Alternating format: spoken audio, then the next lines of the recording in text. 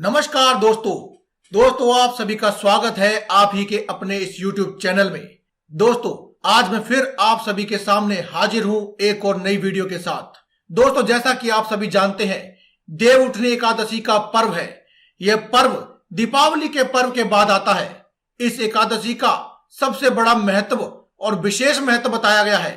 मान्यता ऐसी है कि इस एकादशी की तिथि पर भगवान विष्णु जागृत होते हैं, यानी कि वे शयन काल को पूर्ण कर लेते हैं और पुनः पृथ्वी की बागडोर अपने हाथों में लेते हैं। भगवान विष्णु आषाढ़ और शुक्ल पक्ष की एकादशी को जागकर देव उठनी एकादशी के रूप में इस पर्व को मनाने के लिए आशीर्वाद देते हैं। इस दिन से ही चतुर्मास आरंभ होता है।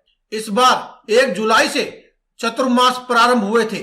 कार्तिक शुक्ल पक्ष की एकादशी के दिन भगवान विष्णु के उठते ही चतुर्मास समापन हो जाएगा। पौराणिक मान्यताओं के अनुसार देव उठनी एकादशी के दिन भगवान विष्णु क्षीर सागर में 4 महीने के बाद जागते हैं। जब भगवान विष्णु पाताल लोक में विश्राम करने के लिए चले जाते हैं तो सभी प्रकार के मांगलिक कार्यों पर रोक लग जाती है। इस दौरान शादी विवाह जैसे आयोजन नहीं किए जाते। देवोत्थान एकादशी पर भगवान विष्णु के जागने के बाद ही सभी प्रकार के मांगलिक कार्य भी शुरू हो जाते हैं। भगवान विष्णु 4 महीने के शयन काल के बाद देवा उठनी एकादशी के दिन जागते हैं। इस बार देव उठनी एकादशी 25 नवंबर को है।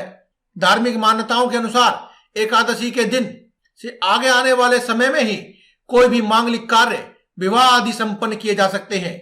इसके अलावा इस दिन अगर आप विधिवत पूजा अर्चना कर लेते हैं तो इसका फल भी आपको अवश्य ही मिलता है और पूजा करने वाले व्यक्ति को 1000 अश्वमेध के बराबर का पुण्य फल प्राप्त होता है। माना जाता है कि भगवान विष्णु इसी दिन विश्राम से जागृत होकर सृष्टि का कार्यभार संभालते हैं। देव उठनी एकादशी से सभी मंगल कार्य भी शुरू होंगे। ऐसे में आइए जानते हैं कि इस शुभ दिन पर आपको क्या ऐसा कर लेना चाहिए जिससे आपका भाग्य 1000 अश्वमेध यज्ञ के बराबर पुण्य फल प्राप्त करने के बाद आपकी सोई हुई किस्मत भी जाग जाए।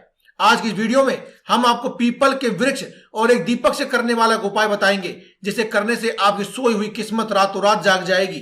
इसके अलावा हम आपको अन्य उपाय भी बताएंगे, इसीलिए आप इस वीडियो को अंत तक देखते रहें। साथ ही आपको बताएंगे कि देव उठनी एकादशी के दिन जो व्यक्ति व्रत करते हैं उन्हें व्रत क्यों करना चाहिए और व्रत की विधि क्या है। तो सबसे पहले बात करते हैं अपने आज के इस उपाय के बारे में, पीपल के वृक्ष और दीपक के उपाय के बारे में। दोस्तों ऐसा माना जाता है कि पीपल के वृक्ष में सभी देवी देवताओं का वास होता है। खास तौर पर भगवान विष्णु का वास माना जाता है। यही वजह है कि देव उठनी एकादशी के दिन पीपल के वृक्ष के साथ अगर आप कुछ खास उपाय कर लेते हैं तो आपके जीवन में सौभाग्य सुख समृद्धि आने से कोई भी नहीं रोक सकता है। आपका भाग्य 1000 गुना प्रबल हो जाता है और 1000 अश्वमेध यज्ञ करने के बराबर का आपको फल मिलता है, क्योंकि इस उपाय से आपकी की हुई पूजा सीधे भगवान विष्णु और माता लक्ष्मी के चरणों में अर्पित होती है, जिससे वे प्रसन्न होकर आपके जीवन में धन सुख समृद्धि गाड़ी बंगला आदि आपकी सभी मनोकामनाएं पूरी कर देते हैं। इस उपाय के लिए दोस्तों आपको सुबह प्रातःकाल जल्दी उठ जाना है। उठने के बाद अपने नित्य कर्म आदि से निर्वृत्त होकर आपको अपने घर में ही जो रोजमर्रा की पूजा करते हैं वह कर लेनी है। साथ ही साथ माता लक्ष्मी जी और भगवान विष्णु के समक्ष आपको एक देसी घी का दीपक भी जला देना है। दीपक जलाने के बाद अपने हाथ जोड़कर आंखें बंद कर लें और ओम नमो भगवते वासुदेवाय इस मंत्र का आप 11 बार जाप करें। 11 बार जाप कर लेने के बाद आप इस जलते हुए दीपक को उठाकर ले जाएं और एक पीपल के वृक्ष के नीचे आप इसे रख दें। इसमें केवल आपको ध्यान इसी बात का रखना है कि आपको यह दीपक हो सके तो गाय के देसी घी का या फिर देसी घी में जो आमतौर पर आपके घर में उपलब्ध है उसका ही आपको जलाना है। तेल आदि का आपको दीपक नहीं जलाना है। दोस्तों अगर ले जाते वक्त अगर आपका दीपक बुझ जाता है तो कोई बात नहीं, आप पीपल के पेड़ के पास जाकर इसमें थोड़ा सा घी और डाल दें और उसके बाद आप इस दीपक को प्रज्वलित कर दें। दीपक को प्रज्वलित कर देने के बाद आप पीपल के पेड़ की 11 परिक्रमा करें और अपनी मनोकामना मन ही मन बोले और उसके बाद बिना पीछे मुड़े देख करके आप अपने घर वापस आ जाएं। दोस्तों इतना मात्र उपाय कर लेने से आपके जीवन में सुख शांति और समृद्धि का वास होगा और लक्ष्मी जी का सदा के लिए निवास होगा।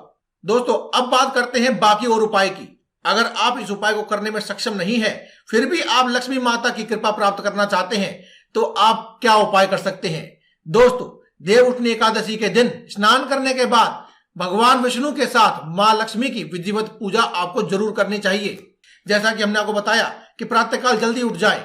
अगर आप जल्दी नहीं उठ सकते हैं तो कोई बात नहीं, जिस समय आप रोज उठते हैं वहां उठे और स्नान आदि करने के बाद अपने नित्य कर्मों से निवृत्त होकर अपने घर के पूजा के मंदिर में जाकर बैठे और माता लक्ष्मी की प्रतिमा यानी कि उनकी मूर्ति या फिर उनकी तस्वीर के सामने एक देसी घी का दीपक जलाएं। दोस्तों, आपकी जानकारी के लिए बता दें कि माता लक्ष्मी के समक्ष हमेशा आपको देसी घी का दीपक ही जलाना होता है। माता लक्ष्मी और भगवान विष्णु के सामने कभी भी तेल का दीपक नहीं जलाया जाता है। और यह भी हमेशा याद रखें कि इस प्रकार से दीपक जलाने से आपकी पूजा संपूर्ण मानी जाती है और व्यक्ति को माता लक्ष्मी का भरपूर आशीर्वाद प्राप्त होता है। क्योंकि दोस्तों, देवउठनी एकादशी का पर्व वैसे भी भगवान विष्णु के लिए समर्पित है। अगर आपने भगवान विष्णु के लिए कुछ खास उपाय कर लिए तो माता लक्ष्मी तो स्वयं खिंची चली आती है और सदैव के लिए आपके घर में निवास करने लगती हैं। इसके अलावा दोस्तों, देवउठनी एकादशी के दिन तुलसी विवाह की भी परंपरा है। इसीलिए आपको अगर अपने घर में धन धान्य की बारिश चाहते हैं कि हमेशा आपका घर धन धान्य से और सुख समृद्धि और धन से और पैसों से भरा रहे, इसके लिए आप देवउठनी एकादशी के दिन आप तुलसी विवाह भी अवश्य कराएं। देवउठनी एकादशी के दिन भगवान विष्णु के साथ तुलसी का विवाह कराने की परंपरा पौराणिक समय से चली आ रही है। इस दिन पर सुहागिन महिलाओं को यह विवाह जरूर करना चाहिए। ऐसा करने से उन्हें, जो भी इस उपाय को करता है, उन्हें अखंड सौभाग्य की प्राप्ति होती है। और माता तुलसी की पूजा करते समय आपको एक विशेष चीज यानी कि आपको एक विशेष कार्य भी अवश्य करना है। आपको एक लाल चुनरी जो कि बिल्कुल नई हो, आपको एक दिन पहले ही खरीद कर ले आनी चाहिए। अन्यथा आप देवउठनी एकादशी के दिन भी ला सकते हैं और ला करके माता तुलसी के ऊपर आपको उड़ा देनी है और उसके बाद तुलसी विवाह संपन्न करना है। दोस्तों, देवउठनी एकादशी के दिन शाम को घर के एक कोने में आपको एक दीपक जरूर जला देना है। और जैसा कि हमने आपको बताया था कि माता लक्ष्मी के लिए समर्पित ये दीपक देसी घी का ही होना चाहिए, क्योंकि माता लक्ष्मी के सामने या फिर माता लक्ष्मी की कृपा प्राप्त करने के लिए जब भी आप कोई दीपक जलाते हैं तो आपको वह देसी घी का ही दीपक जलाना है।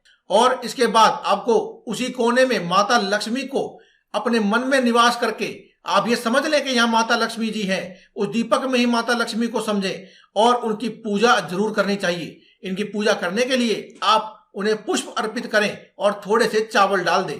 ऐसा करने से माता लक्ष्मी की संपूर्ण कृपा आपको प्राप्त होने लगती है और आपके घर में हमेशा ही आपके पूरे परिवार के ऊपर माता लक्ष्मी का आशीर्वाद रहता है। और ऐसे घर में जहां माता लक्ष्मी का निवास हो, घर के हर सदस्य के ऊपर माता लक्ष्मी का आशीर्वाद हो, वहां पर कभी भी धन की कोई कमी नहीं होती है। दोस्तों, अगर आप माता लक्ष्मी को जल्दी प्रसन्न करना चाहते हैं तो आप लक्ष्मी सूक्त का पाठ भी अवश्य करें।